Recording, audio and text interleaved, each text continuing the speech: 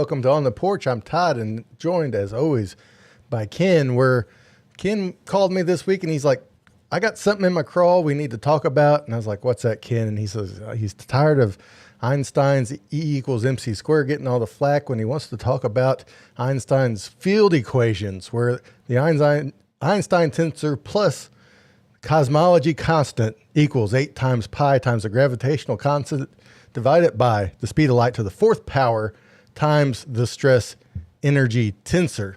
So take it away, Ken, and why do you think this equation should be get more publicity than it has gotten? I'm sorry, man. Sorry, I had it muted. Sorry about that. I was busy. Could you repeat that, please? Absolutely. Absolutely will. Yeah. All right. But seriously, though, both Ken and I had survived the storms. We had to jump off early last week because the tornado was coming through my area. Mm-hmm. And I think Ken texted me 15 or 20 minutes after we hopped off the air and said your power had went out. So yeah, we had to, it was something, nothing, it kind of was around us, but it never really hit here super hard. Although you could it was kind of eerie. But we survived and made it through. And in fact, Johnny Maggs messaged me. He's like, I hope you're okay. He's like, you were so calm when he said the tornado sirens were going off. And I'm like, it's kind of common, you know? So, yeah, you kind of get used to it after a while, don't you?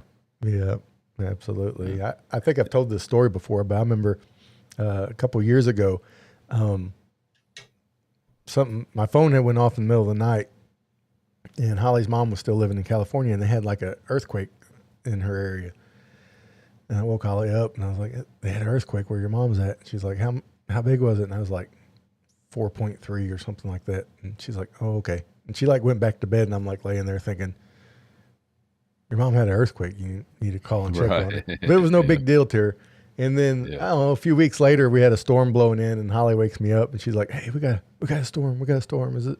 I look outside and just kind of watch the wind and the lightning for a second. I'm like, that's all right. And go back to bed. And she's like, she stayed up worried about it. So it's just what you grow up with. Sure it is, man. Yeah. Yeah. Up here, we have a guy. It's called Upper Cumberland Weather. It's on YouTube. You look him up and on there and follow him. And it's just like the Weather Channel, but it's a guy doing it by himself. But he's been taking donations for several years, and he's expanded, and he's getting ready to move to a new place. He's been doing it in a spare bedroom in his home, but he's moving to a new location and is going to hire somebody.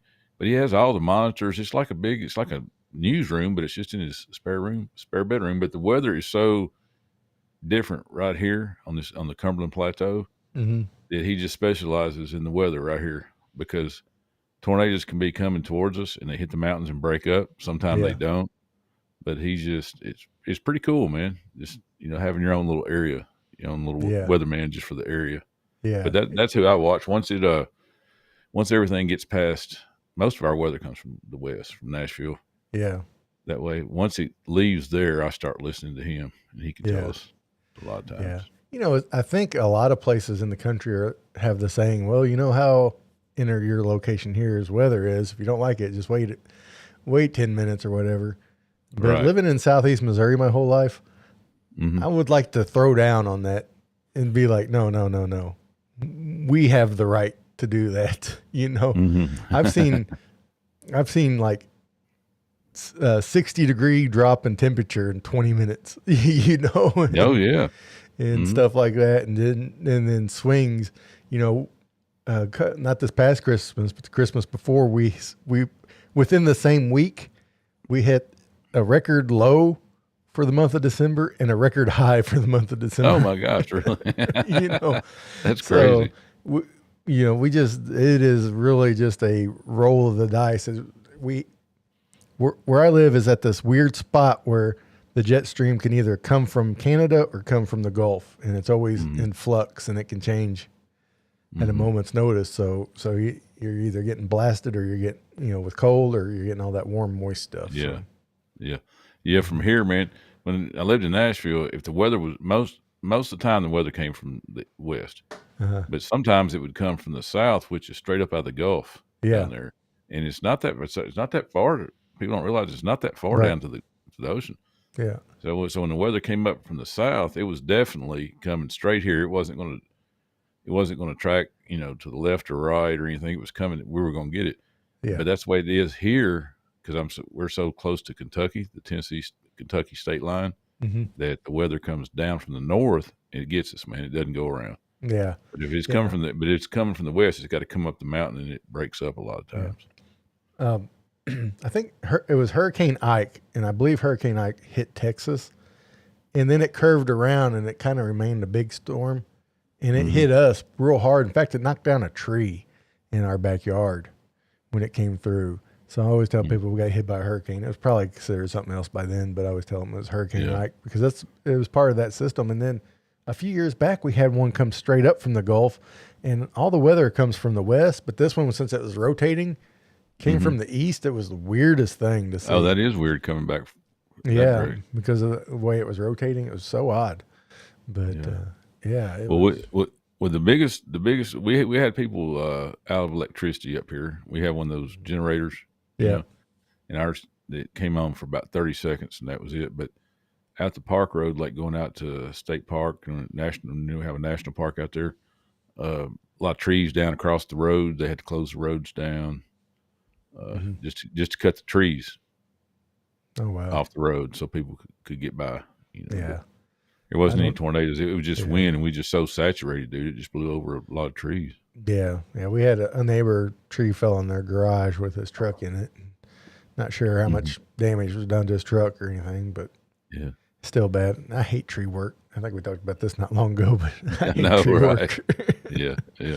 But, we had to have a bunch of tree work done here where the ice storm a couple of years ago broke off a lot of pine trees. It fell in the water, and it was just really kind of ratty looking, so we had to get some guys, some professionals to come out and get it, Yeah. But, man, I tell you what, I must be getting older, man, because you know how they say, that you're old when you're sitting around watching the Weather Channel during the day. You ever heard that? Yeah. He likes watching the Weather Channel. He's old, man. Well, something else I like watching, because since we're talking about these storms, is the storm chasers, the live storm chasers. You ever see those guys? Oh, yeah. Yeah. And like out in Texas, because they have a lot of weather. Anytime there's ever weather out there, just YouTube Texas storm chasers. And it's pretty darn interesting watching those guys, man. They're pretty, I don't know if they're brave or they know what they're doing or they're just not very smart. I don't know. Probably a combination of all those things. Yeah.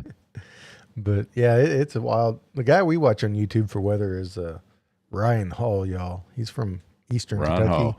Yeah, I know. I've seen him. Yeah, and his weather forecasts are really amazing. I really like them. But then when there's something going on, he's got usually somebody on the ground where it's going on at, and it's good stuff. So but it is. So well, yard sale season's in full swing, and I've been off work. I was off work starting Friday, and I don't go back until the 11th. So this weekend I took advantage of getting out and getting some yard sales. Didn't find anything spectacular, but Holly found these old glass bottles that are cool. And you may know about these, Ken, but I don't. One of them, I'm not sure what kind of bottle it was for, but it has a marble or a glass ball. I guess it could be marble, would be the same thing inside of it. It's almost like the marble sealed the bottle, and then it drops down into this track so it won't stop the liquid from flowing out. And it was cool. I have never seen that. Yeah, it was cool. I'll get a picture and we'll throw it up on Facebook and stuff later. But it's like I'm not sure. Maybe the bottle had it listed on there. I don't think there was a label, but maybe it was like embossed on there. But it was really the only thing I could think of, because there's no way for that thing to come out, that marble to come out of the top. I think it was sealed by that marble, and then you push it down or whatever, it hits that track, and then if it's soda or whatever, you can drink it, and that marble doesn't stop it from flowing out the top. So Man, I've never even seen or heard of one of those. yeah, it is cool. I bet you my buddy Jeff would. Yeah, He's a collector of a lot of different things, and he has a big glass bottle yeah, collection, yeah, and he sells in the 127 yard sale. And I bet yeah, I'll ask him about that and see what if he knows what it is and what came in it. yeah, yeah. I'm sure Brenda's talking about Ryan Hall. They do a lot of good fundraising for people in storms. Yeah, For storm relief. But yeah, it's interesting. I'll get a picture and then we'll get posted up on socials and maybe someone could tell us what it is because it's really cool. So and you could tell it's old by the way, just by the design and stuff. But yeah, man. Let me go back real quick because Brenda just said made a comment there. Then we'll finish talking about the glass jet bottles. But when I lived in Nashville, we've had a couple tornadoes hit right in town, yeah, and just tear stuff up. And a couple years ago, that big Tide trailer that has all the washing machines in it. You ever seen that yeah. on TV? Uh-huh. Yeah, it came in about a half mile from my house, dude. Oh, Parked wow. in a big parking lot. It was crazy seeing that. Yeah. It was just neat. It was just like seeing, hey, I've seen that on TV before. Now it's parked right down the road. Okay. Yeah, kind of like seeing the Oscar Mayer Wienermobile. Yeah, exactly like that. Like, hey, I've seen that my whole life on TV. But yes, I forget how long it was. It was like a semi, trailer goes on a tractor, but it said Tide on the side of it and had all full of washing machines in there where people could wash their clothes and everything. Yeah, Anyways, all right. that's good. So back to the glass bottles. Yeah, but they had some other glass bottles there too that were cool, and they only went like $1 a piece for them. So we snatched them all up to put on shelves and get because we don't have enough stuff to dust. I know you're saying right. there's enough stuff around here to dust. So Well, I really enjoy dusting around things. yeah, Yeah. me too. Dude, we don't have much at our house. But now Jeff, I know if you're not listening now, you will be at some point. Jeff has more stuff to dust around than anybody I've ever seen, man, because he collects all this stuff. He has got the coolest stuff, man. Every time I go over there, I find myself just walking around looking. He has them in curio cabinets. It's has colored lights in there, and they're all up around the ceiling. They have a shelf that goes around the top of their. I don't know. It's about a foot below the ceiling, Uh-huh. but it goes around all the house on the walls, Oh wow, and it's full of stuff. that's awesome. And they just have but Jeff has a lot of dusting for sure. Yeah, well, I still been looking at them old advertising clocks and stuff. Have you found one yet? Did you find any this week? I found some I like, but I'm just not willing to pull the trigger on them and pay the price for them. Mm-hmm. So I'll just have to wait until I can find one that, either I can do a little TLC to it or someone doesn't really know what they have or don't really care to make too much on it. So Yeah. Well, do you know enough about them to be able to make sure it's not a reproduction? no, I don't. And I'd be honest with you, I wouldn't mind a reproduction as long as it looked nice, And the price was right. and the price was right. They wasn't charging you an original Yeah. price for it. Yeah. So it's like, I just kind of want the look, even like if you go to Hobby Lobby or something, they got those like little metal signs that look like real old signage. Mm-hmm. That stuff I don't mind either. I just wish it was a little bit bigger, and it's usually like $10, $15. It's pretty cheap. Right. It used to be cheaper. It used to be like $7 or something. Maybe it still is. I don't know. But even something like that's cool. Except there's kind of always rectangle and a little smaller, but it's like that stuff used to be a dime a dozen. I probably, when I was a kid, could probably walk into some old grocery store or restaurant and be like, "Can I have your, wall clock?" And they'd be like, "Yeah," Yeah. But all that stuff is so sought after anymore. Mm-hmm. Now, I went to a garage sale. Excuse me. It was right in town this past week. I didn't mean to. I was going to the hardware store. Yeah. And I said, hey, there's a yard sale. So I just whipped over in there, and they had a lot of signs and they were reproduction, but they had some cool signs though. And I bought one or two. Yeah. It gave a couple bucks for them. There Yeah. was a couple that I really wanted, but they were asking like $10, $12. Yeah. It's like, well, I could get that on Temu probably cheaper Yeah. than that. Yeah. It's kind of like one of those things. If I really kind of like the aluminum Christmas tree, something I've always wanted. If I really wanted it, I could just go buy it from someone, pay the money. But it's something about it. I'm this way with the Christmas Coke bottle that has the patent date of December 25th, I think 1923. If I wanted it, I could just go buy one. They're easy to find, but I'm wanting to find it like a deal, Yeah. And so, Well, man, let me show you what I got. I'm not gonna bring the whole carton over here. It's about the Coke bottle.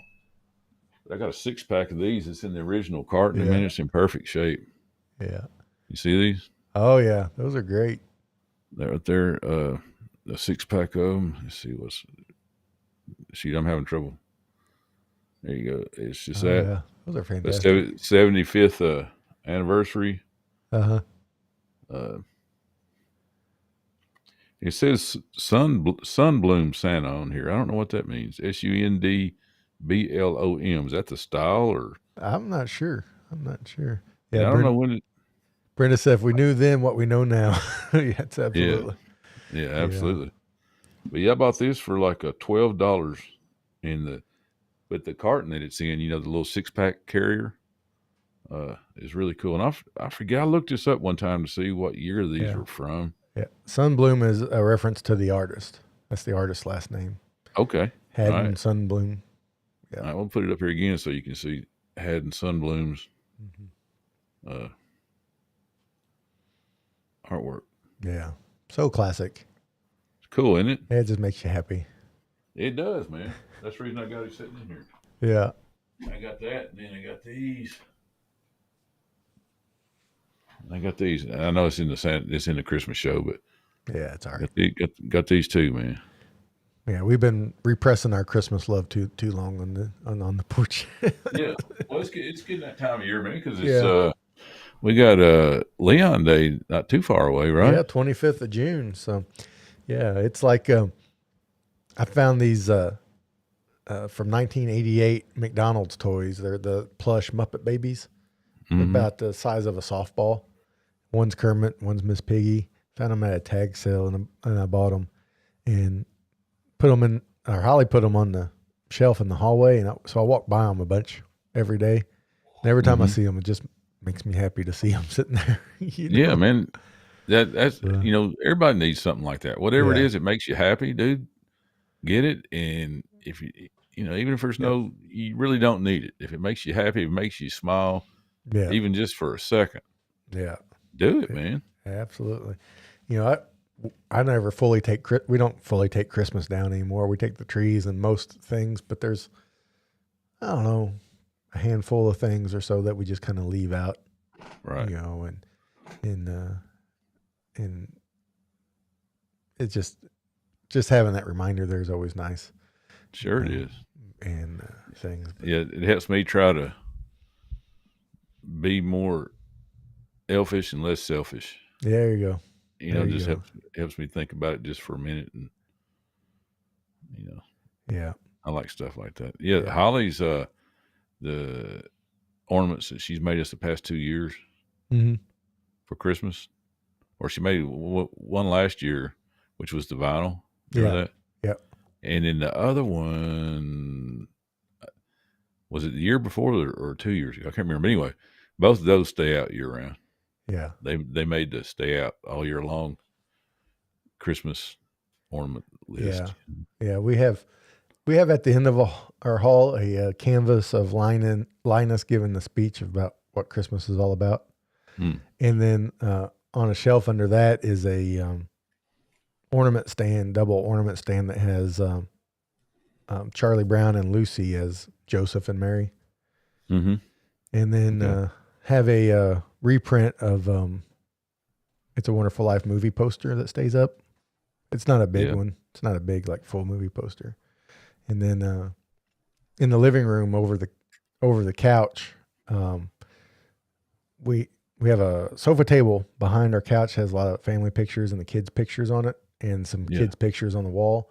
And in the middle of that is a wood sign we had bought a couple years ago that and it just says "It's a Wonderful Life." And of course, every time a bell rings, the angel gets his wings. Yeah, so we leave that up, and just that's a good one.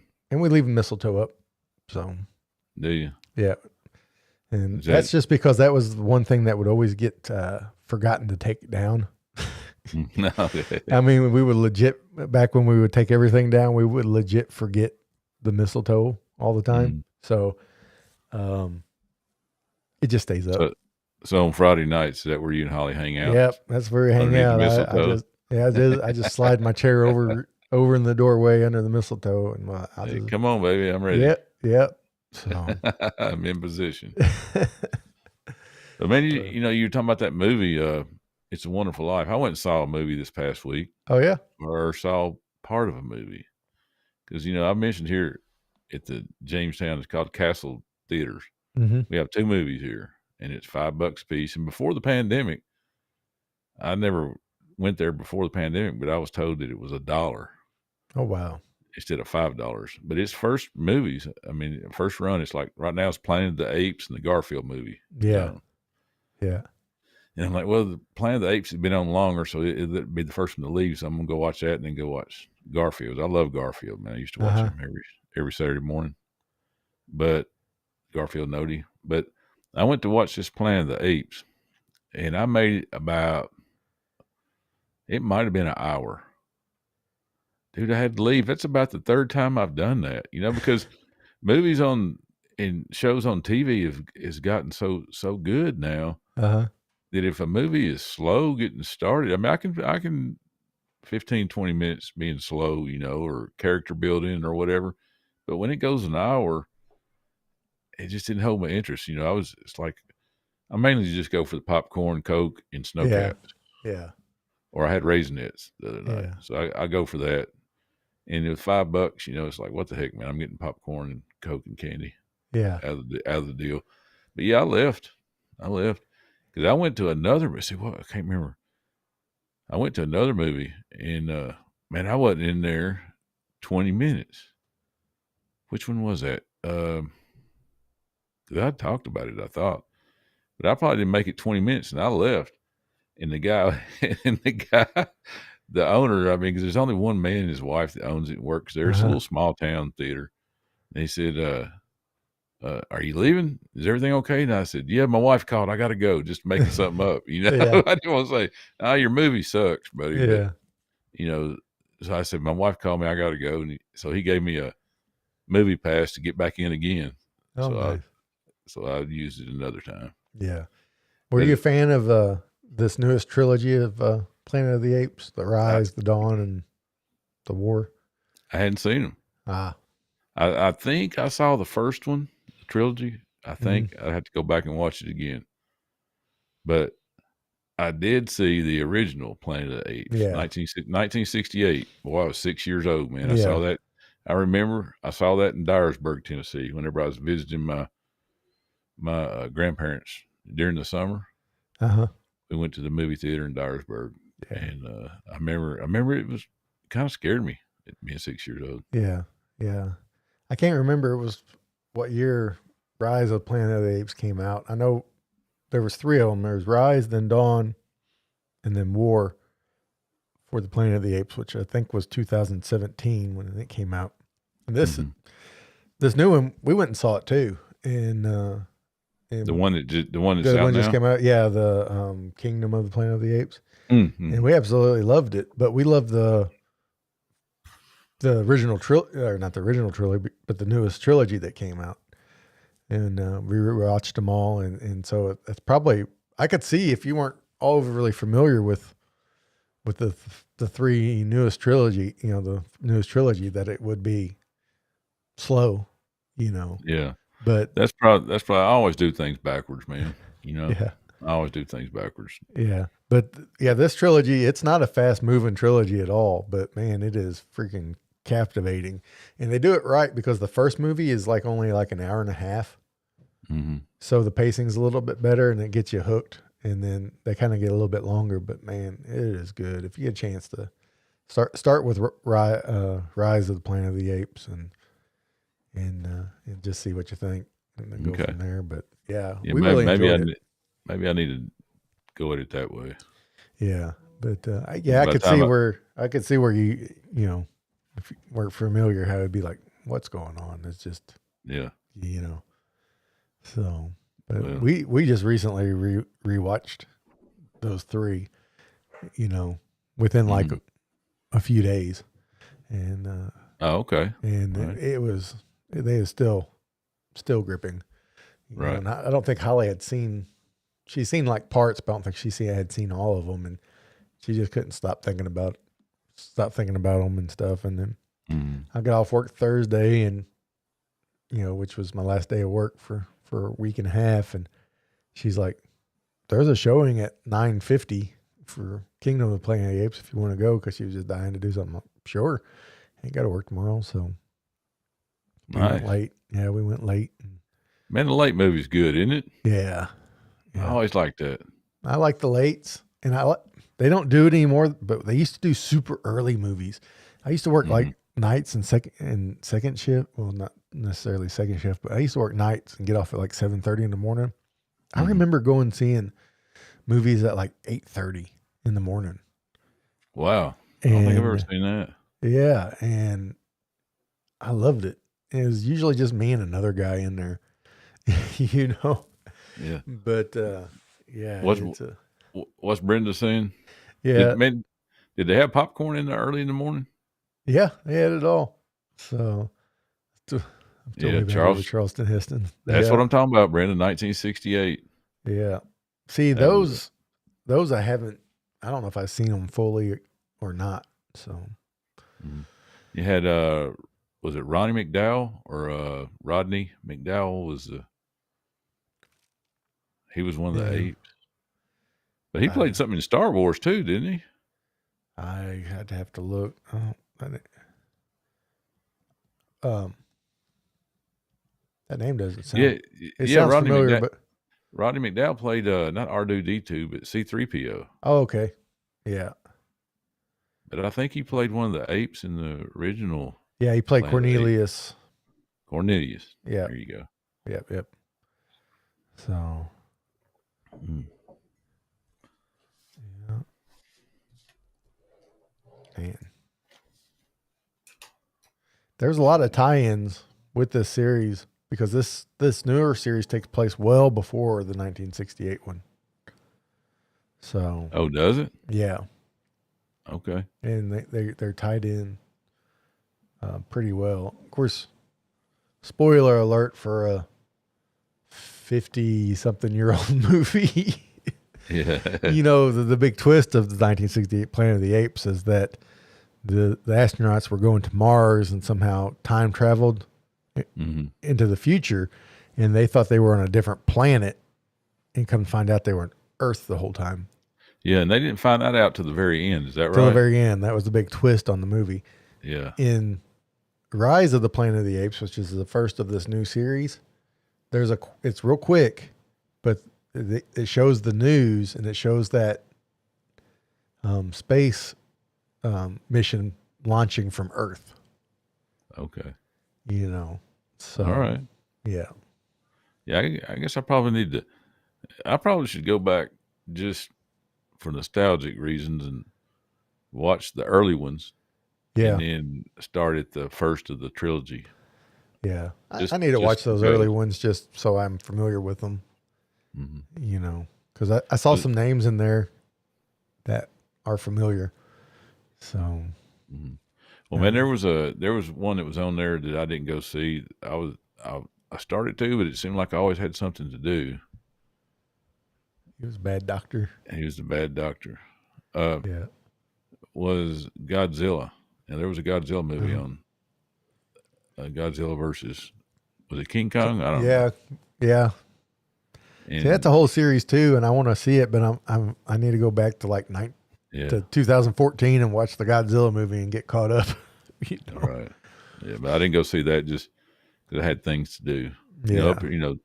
when you're retired, man, it's like, even though you're not really interested in the movie and they're $5 and they got popcorn and candy and a Coke, it's like, I'll go watch it. Yeah. Anyways, but I got to do better about staying the entire movie. Commit. Yeah. You got to commit. Yeah.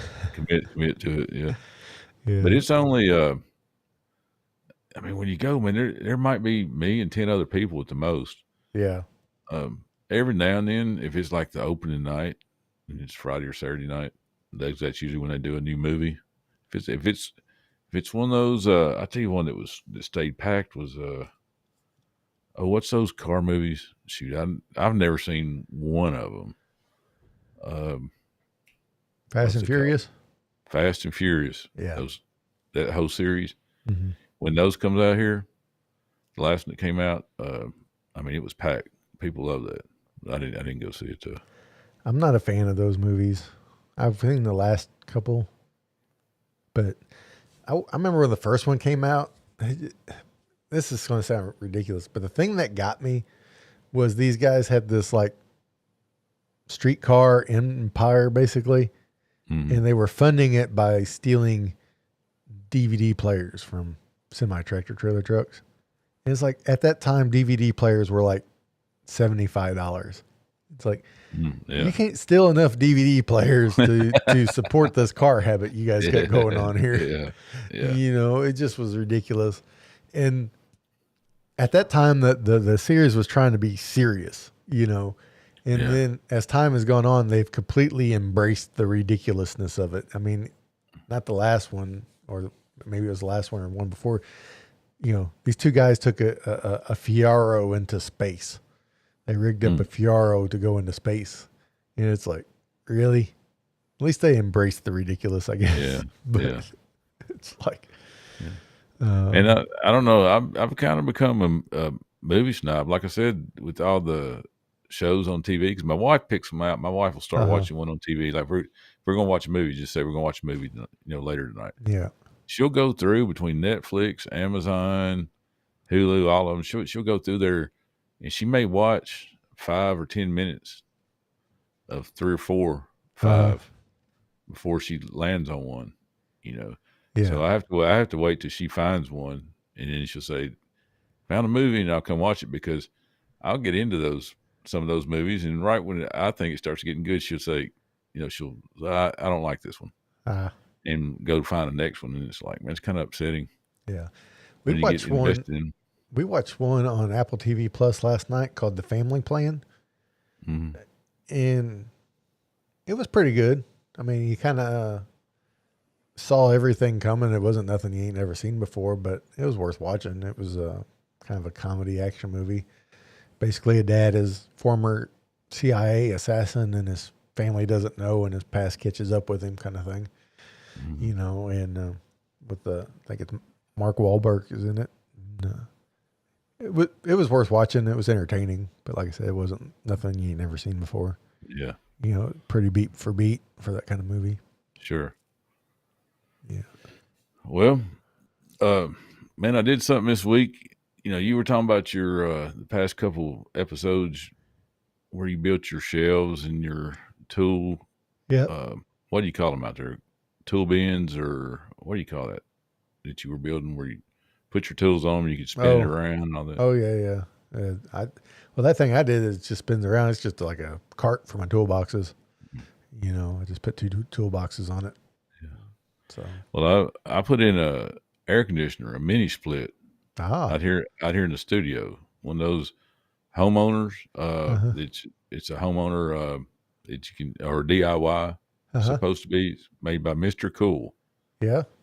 All the reviews are really good and everything.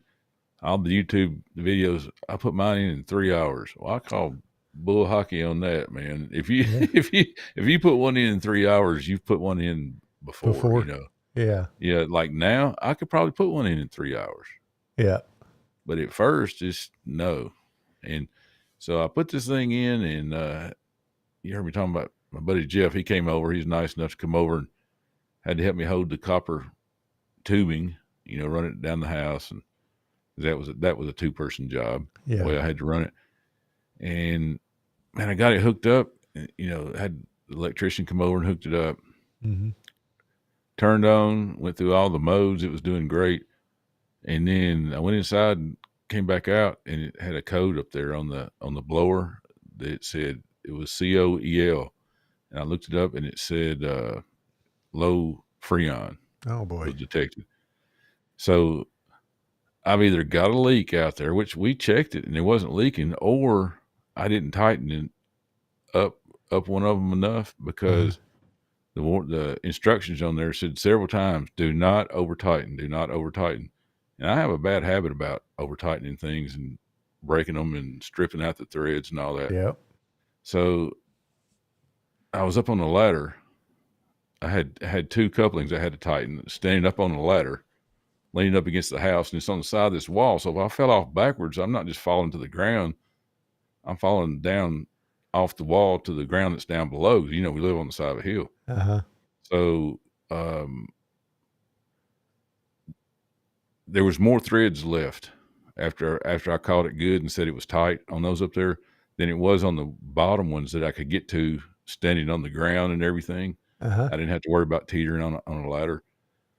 So what I'm thinking, I don't think it leaked. I just think there was no freon ever got to the air conditioner, because I have another buddy up here, is an AC guy. He says, whenever you hook them up, you should hear a little hiss, because it comes with the the freon in the copper lines, So that way you don't have to have an air conditioner guy, AC guy, come out.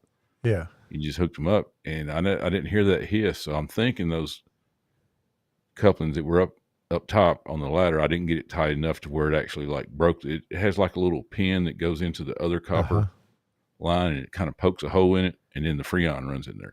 I don't think I ever got it to that point. So I don't think I have a leak. I just think it's not getting freon. Yeah, didn't get it connected well enough. Yeah. And because we sprayed it, you have a soapy solution you make up to spray it, like checking for a leak in a car tire, or a tire, sprayed on there. If the air's coming out, it bubbles up. Well, there was no bubbles. So we're like, man, we're good to go. Turned it on, electricity, and it felt like it was blowing cool, but I couldn't really tell. I was so excited, But thing is, it's June, man, and it was like 65 degrees, right? So I'm like, I can't tell if it's working. I thought it was working, but apparently it wasn't.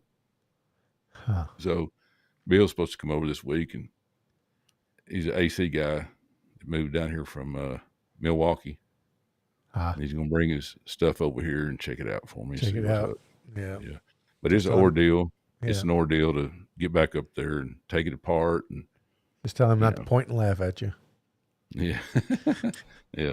But so that's the reason I don't do much stuff like that anymore. Because when I was younger, I had plenty of energy and want to if I screwed it up, I could fix it. I'm like, well, I'll do it again. And I screwed it. Well, I'll do it for the third time. Third time's a charm. I'll get it right this time. But now it's like I'll do it once, and after that, I'm mad at it if it don't work.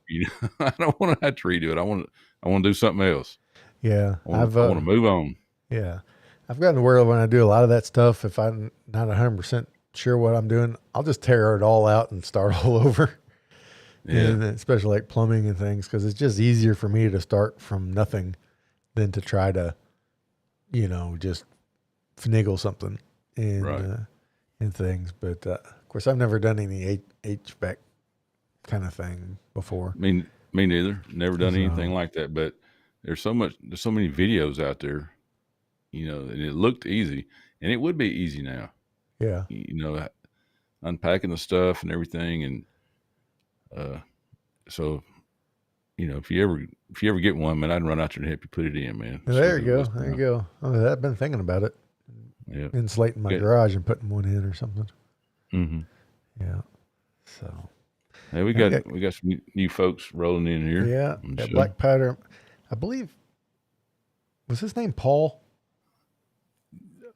Yes. Yeah, Paul. It's good to have you here, Paul. That's what I thought his name was. Good to have you here. And then we got Arnie and Doug from Pepper Treeville. Hey guys, I'm off tomorrow, so I should be able to watch their live stream tomorrow night. So that'd be a nice change to get back watching them guys again. What comes on tomorrow night? Pepper Tree Villa. I'm just kidding, guys. I know. Hey, they're smoking ribs. Hey, buddy, look at there. Hey. But we're watching. Okay. Yeah. Yeah. So let me ask you, who's doing the smoking? Because I know I want to see what kind of. I want to see how you're doing this. I want to see how people out in California smoke ribs. Yeah. Yeah. Holler at us. Send us a message there and tell us what kind of rub you're putting on them and what kind of smoke you're using. Yep. We need to know all the deets, as the kids say. Yeah, absolutely. Is that what they still say? They still say that? Yeah. I don't know, but let me know, man, so I can check out your barbecue creds. Yeah. They might get embarrassed. I don't know. I think Doug's a pretty good cook from. Oh yeah, Doug, man. Some of the stuff that they've cooked, I'm just like, oh my gosh, man. A couple of times they made some desserts on there. It's like, okay, we get off. We didn't have anything. I've actually had to run to Dairy Queen after their show. Yeah. Time or two. Yeah. Like it says, they're smoking some baby back ribs. Some baby backs. Doug is smoking some baby backs. Okay. Yeah. And they're using a Traeger. Using a Traeger, your smoker, your pellet grill. Is that what that is? A pellet grill? Sounds like cheating to me. Well, it's not cheating. Yeah, I'm just teasing. Well, it is, but that's okay. See, we have a blend of pellets. Okay. Blend of pellets. So. But what blend? Yeah, got applewood, hickory. See, I can give you some tips on cooking some real Tennessee barbecue, man. Oh man, he can too. Raspberry chipotle wings. Those are it on a stick. Raspberry chipotle, and then they got some. What was another one? Cherry habanero is good on wings. Yeah, that's really good. But like Meat Church, okay, I got you. Yep, Meat Church. Yeah. I think that guy's from. Is he from Oklahoma? I forget his. I think so. Meat Church. I think he's from Oklahoma. That's legit stuff. Yep, they got the legit stuff. Well, yeah, and but you know what, man? See, I learned I always knew how to throw meat on a grill and cook it.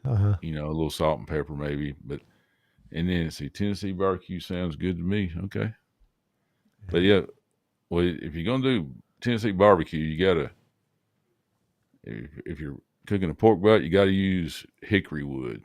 Mm-hmm. You got to use hickory to get the real pit barbecue taste. But on everything else, man, I use pecan wood.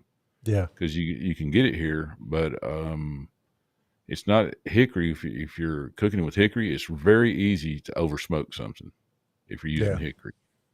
But I mean, you can't oversmoke if it's a pork butt or a brisket or something like that. That's a big chunk of meat, so you can't really oversmoke that. Yeah. Waxahachie, Texas. Okay. Yep. I was in a wedding. I was best man in a wedding in Waxahachie, Texas. So. What? I never even heard of Waxahachie. Yeah, just outside of Houston, I think. So. Yeah. Where was that? Oh yeah, it's easy to oversmoke if you're using hickory, but on big chunks of meat like a pork butt or a brisket, let it just let it roll. But on ribs, tri-tips, anything like that, pork loins, I use a mixture of pecan and cherry wood. Yeah, there you go. Yeah, Paul uses cherry.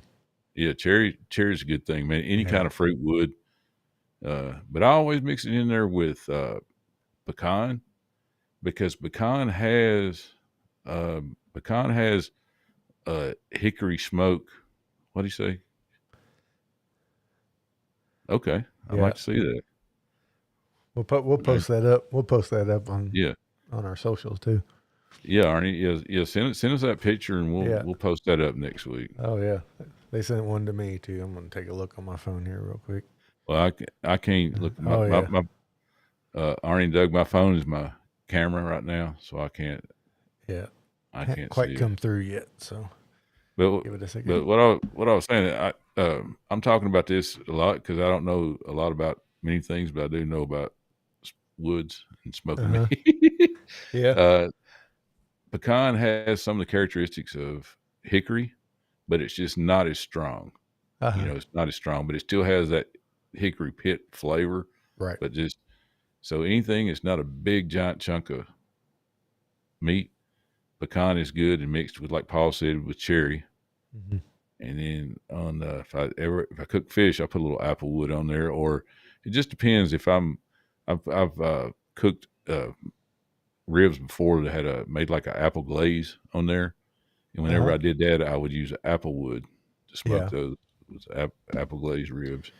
Right. But my thing now though is I mostly just do 2 parts pepper to 1 part salt, man, kind of Texas style, Yep. and then put uh, if I do use a sauce, I'll put it on the side. You like dip it in there Right. instead of, but Tennessee or Memphis style, you slather it on top and Oh yeah. you know, You got to sauce it but good. yeah, sauce it really good. But anyways, but thanks for letting Yeah. me ramble about that. Oh yeah. Yeah. Have you ever used anything like an oak or anything like that? I out in Texas, out west, I use post oak out there, Uh-huh. and I've got some oak out there right now that my buddy Jeff, he has a farm, and he hooked me up with a bunch of cherry and oak, and I got to get some hickory from him. Yeah. But no, I've never smoked with oak because a lot of people use oak for the heat because it burns Uh-huh. really hot. Right. Like when you get if you go someplace and they have wood fired pizza, you go to a restaurant and they Right. have true wood fired pizza. Well, that's what they use is oak. Uh-huh. There you go. Yep. There's their picture right there. All right. Pull it up for them. That's Arnie and Doug's ribs that they're doing. So, Okay. yeah. Okay. Let me ask you this, Doug. Do you pull the that that skin off the back? What's it called? I forget now. Do you pull that little lining off the back, or do you leave it on? Looks good, guys. The silver skin is what they call it. Yeah. Yeah. We will give you the Southern tag of approval for those ribs. So, Yeah. But I so was talking about something there. I something forgot about what it oak. was. Yeah. The oak. Yeah, the oak. Yeah, yeah. If you go get, most people use that around here for the heat Uh-huh. because I have an attachment that I can put on my Weber grill to do pizzas, Uh-huh. and that's the time I use the oak is for the heat because I try to cook 6, 7, 800 degrees, however Right. hot I can get it, and that produces the most heat. Yeah. Yeah. So yeah, you did take the silver skin. Yeah. Oh, thank you, Doug. Mhm. Some people don't mind that, and that's the thing, man. When you start cooking your own ribs, I pull that off the bat, Mhm. and a lot of people eat it, but I just can't, dude. Once I've seen what it is, when I pull it off, it's just like a really thin membrane, and that's what it is, a membrane. And I'm like, no, I can't. I go to a restaurant, and if it's on there, I can't eat it, man. Yeah. But a lot of people love it. Yeah. Have you ever smoked an apple pie? I have not, but I smoked baked beans before. Yeah. Yeah, I've had smoked baked beans, and my brother-in-law smoked them, and he also baked an apple pie in the smoker. And it was pretty Really? good. Yeah. Was it? I don't know what kind of wood he used, but it was really good. Mm. So, All right. but Well, I did cook some steaks last night. It was really good. yeah, Man, just yeah, got that fire rolling as hot as I could get it, and salt and pepper. We got some membrane. There you yeah, go. See, no Edie membrane. I can't do it, man. I don't know why. It's just yeah. you can't taste it, but it's just like, Mhm. I mean, if I pull the membrane off and then we smoke chili too, there you go. Yeah, that'd be fantastic. Yeah. But no, I'm not eating the membrane. Yeah, smoked bologna is wonderful too. Woo. Yeah. It is good. I saw a guy the other day that he smoked his bologna. Mhm. He smoked it and he took it, that big old chunk, they call it a chub. Uh-huh. It's like I don't know, 8 inches long. And then he took it on like a cheese grater Uh-huh. and grated it up after he smoked it. Then he had one of those Blackstone grills and put it on there and put some oil in there with it and some Mhm. seasonings and cooked that up and then made like barbecue sandwiches out of that bologna. Yeah. I don't know if it's any good or not. There's a place in St. Louis that makes their own bologna, and they add an extra sharp cheddar cheese and jalapenos into it, and then they smoke it and then slice it thick on sandwiches. Oh my gosh, so good! It's so good. Did you look on see those pictures I posted about the Tay's Grocery? Yeah, I sure did. That big old thick bologna sandwich there, man. Yeah, I don't think they cut theirs quite that thick, but it's pretty thick. And but man, it's good with that extra sharp cheddar. I just love an extra sharp cheddar cheese. I do too, man. Love it. Yeah. Do you like blue cheese? Yes. Me too. Holly Holly grilled some burgers, and then she put them in the broiler for me with some blue cheese on the top to get it all melted. Oh my gosh. Dang, I'm about to go eat. I can eat them just plain like that. Just plain like that. Maybe a little Hellman's or little Dukes on it. Yeah. So, man, sometimes this show here, we'll turn it into a music show or a movie show or not. I guess we're talking about grilling and cooking. But I'm gonna tell you, Doug, if y'all are listening, next time you cook hamburgers on the grill, you got to take 1 tablespoon of mayonnaise per pound of hamburger meat. You need to get lean meat to begin with, because if you get like that 75%, by the time you add the mayonnaise in, that's adding fat to it. It'll be too much. So you need to get the leaner stuff, the 90 something, 91, 93, whatever. And then you add this fat to it. And the thing is, it's just, they're like, well, people are like, why don't you just get the one that's already got the fat in it? Well, the mayonnaise keeps it juicier, but you put 1 tablespoon of mayonnaise per pound of hamburger meat and cook it like that, man, it'd be the juiciest hamburger you ever had. Yeah, that's facts. That's facts right there. It is, buddy. Yeah, I'm having mac and cheese on the side with a taco cheddar cheese. I bought it. Okay. That sounds good too. Man, I wish we had you can usually tell if me or Ken had supper before we go live or not. Right. Well, see, man, I was in there watching Tennessee, the Vols. They're the number one college baseball team in the nation this year. Yeah, they won the SEC regular season, they won the SEC tournament, and now they're in the World Series. And I was like, man, so I didn't have time to fix anything, and we got this big old popcorn machine in there. Yeah. So, have you ever seen our popcorn machine? Oh yeah, one of those tall ones that's on wheels. Yeah. Yeah, I'll take a picture of that. We'll post that too. But yeah, so I filled that. So I ate about, I don't know, 3 bags of popcorn. That's all I've had this afternoon. Yeah. Watching the game and then coming out here. Yeah. Doug and Arnie, get some Dukes if you can, or what's that other one? I want to say Blue Bonnet, but is that the ice cream? No, Dukes, Blue Plate. Blue Plate. Yeah. But I tell you what, man, everybody's hollering Blue Plate. These professional guys that I watch that grill and everything, they're always talking about Blue Plate. But I think Hellman's, that olive oil Hellman's. Mm-hmm. Have you ever had that? I have not. I like that myself. That's just personal preference, I suppose. But Blue Plate's supposed to be the bomb. A lot of people like Dukes, like you said. Yeah, a lot of people we can't. We're kind of stuck on Hellman's because we can find Dukes every once in a while, and we have not seen Blue Plate up here yet.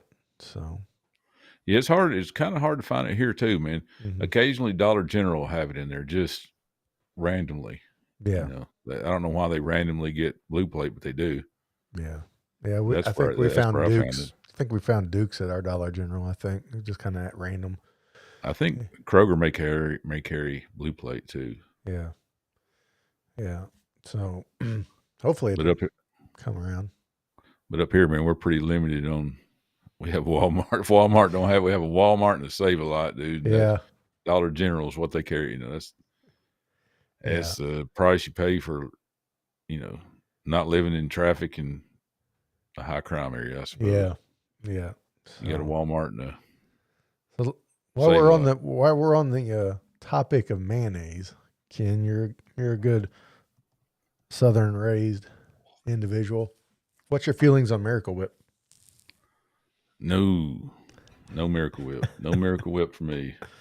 I don't even know what is Miracle Whip, man. What is that? Is that like plastic? What is that? Who knows what it is? It's like sugar mayonnaise. No, I can't do it, man. I love it. I absolutely I- love Miracle Whip. Do you? Yes. I hadn't had it. I'll be honest, man. I haven't had it in years that I know of. Somebody may have served it and called it mayonnaise, but Yeah. I haven't It's not had it. mayonnaise. When I was a kid, I used to think mayonnaise and Miracle Whip were the same thing. And then, and I couldn't really ever taste the difference till I got a little older. And then I realized how much sweeter Miracle Whip is, and, but I'll put it on burgers. I'll put it on hot dogs. I've put it on tacos before. I've put it on roasted corn, Yeah.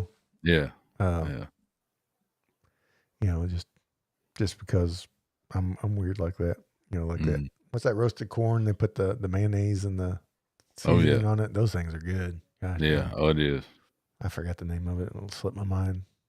Mayonnaise is a little more versatile than you think it is, man. Like on the wings that I cook, I'll take them and pat them dry and then put them on a tray, like a cooling rack on a tray, and then put them in the fridge. I mean, you can let them sit 24 hours because you're trying to get the skin dried out. And, so it'll get crispy, and then you cook it I cook it at like 600 degrees out there. I'll cook it really hot, but I coat the wings in mayonnaise. I mean, it's not globbed on, I just squirt some mayonnaise on about half of the wings a little bit and take my hands and just rub it around on all the wings. So it's a coating on there, but it's the oil that you put on there. Yeah. And then put the rubs on top of the, the mayonnaise acts as a binder as well. But, so mayonnaise is kind of versatile because you can't taste it, whenever you put it on there. Yeah. Yeah. It's God's elixir. That's what it is. Gosh. But yeah, that might be a stretch. What does Doug say? We have some kimchi. What is that? I don't know. What is that, Doug? Let's see. I always You looking it up? Yeah, I'm gonna look it up real quick. I spell that Kew. Yeah. Kewpie. Oh. Yeah. So that's kind of a product of Japan. Yeah, it's a Japanese mayonnaise. Japanese mayonnaise. That's awesome. That'd be worth the try. Yeah, that'd be worth a real good try.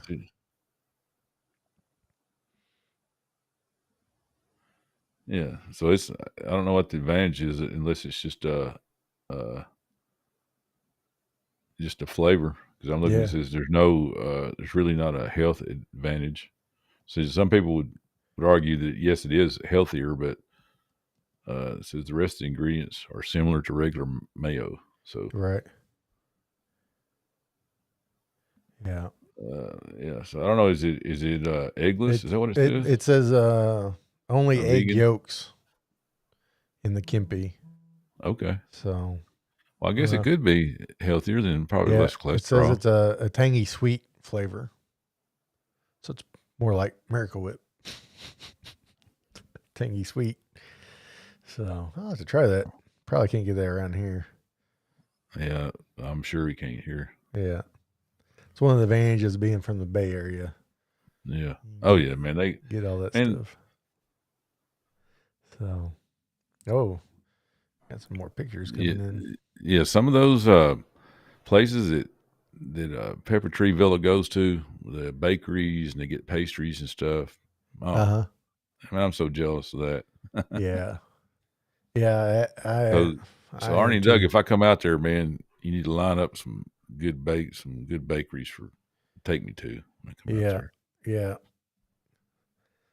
It's good, cool stuff out there, but I wouldn't trade all the crazy traffic and all the people. So for it, but yeah,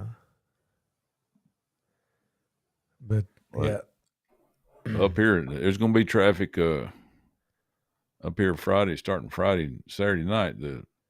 The Fentress County Rodeo is Friday and Saturday night up here. oh yeah, Remember, I don't know if you remember, I went last year. And it's just a rodeo that makes a circuit, and they make a stop here at the right. fairgrounds. Oh, Pretty cool though, man. It's like it's hometown. Everybody from around here, because this is a big horse community up here. right. They come ride the big South Fork trails, and they have communities, ranches that are built out there in the mountains, and do a lot of riding. It's huge up here. It's wildly popular, and Yeah. so everybody in the town goes there. Oh yeah. Pretty cool. We we have a big rodeo. It comes out in August down in Sykeston. They usually have some musical acts and things like that coming through, and At the home of the Throwed Roll.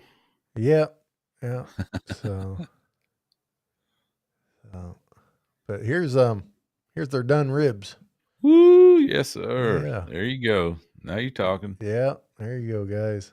That is got the Southern seal of approval there. Yes, sir. Look at that. So Got a little more than salt and pepper on there. It's got some garlic on there, maybe something else. Something else. But that Now, would do. now, Doug, do you how tender do you cook your ribs, buddy? Do you like them where they're falling off the bone, or do you like a little bite to it? Because I used to cook my ribs falling off the bone, and I started following these guys, which has been a curse, really. These guys that do contest ribs, and so what they over season, they overdo everything because the judge takes one bite, so they want to just knock them off their feet. Right. So that's how I started seasoning. I'm like, well, if they're that good, that's the way I'm going to do them. But then come to find out, these professional barbecuers, when they're home, they don't season like they do for contests. It's two separate things. Yeah. That's the reason I rolled back to basic salt and pepper, maybe a little garlic on there, sometimes a little smoked paprika, maybe something like that. But I used to really overdo it. Yeah. Falling off the bone. There you go. See, that's the way I used to cook them, and then I'm getting back to that.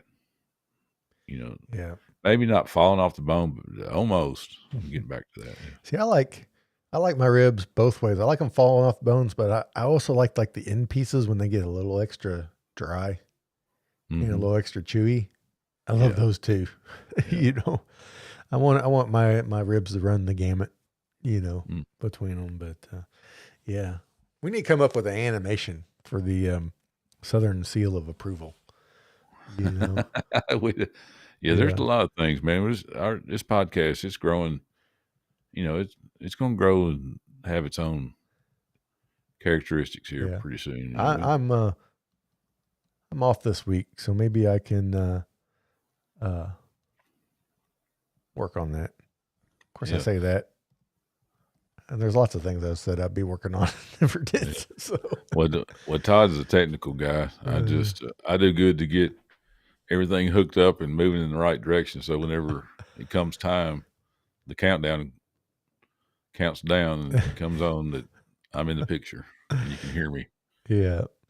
But guys, I want to thank you so much for joining us here on the porch, and thanks for sharing all your cooking with us, Arnie and Doug. And we'll see you. If you guys don't know Pepper Tree Villa, check them out tomorrow night, which it would be Monday nights at 8:30 Central Time, 6:30 out on the West Coast. And they do a great show there, celebrating all the holidays and just celebrating life and family in general. It's kind of what I love it's about. Pepper Tree Villa. Yeah, we love them here, and become good friends through the power of YouTube and the internet and things. And one of these days we'll journey that direction to meet with them, and hopefully one day they'll come our direction, Ken, and we'll catch up with them. Yeah, absolutely. Here. Yeah, but Brenda, thanks for joining us there in Texas, and all those that are watching. But leave a comment next time, If you guys want to get a hold of us, it's easy. You can email us at joinusontheporch@gmail.com. You can send us a direct message on either Facebook or Instagram, on the Porch Pod on Instagram, or just on the Porch on Facebook. Or if you're listening to the podcast, in the description, there's a link that says text us. Oh, they changed Trevor changed their time to 8 Eastern and 5 Pacific now. So what is that central? That's or 8 Eastern. 8 Eastern, so it'll be 7 here. 7 o'clock. Yeah. So maybe did I get that wrong or misremembered? I can't remember. Doug and Arnie, if I was better at technology, I would post a link to your show there. Yeah. I'll drop a link. I'll drop a link in the description. It'll be there for everybody here in just a few minutes. So, and for Pepper Tree and to their channel. And if you guys want to send us a text message in the description of the podcast episode, it says send us a text. You just tap that, and through your phone, you can text us directly and contact us that way. And we'd love to hear from you and hear your thoughts and comments. And what woods do you use to smoke your ribs? And but guys, thanks again so much for joining us here. And we cannot say thank you enough. And Ken, go ahead and take us home. Okay, I want to thank everybody for listening to Barbecuing with Todd and Ken on the Porch. And we're gone.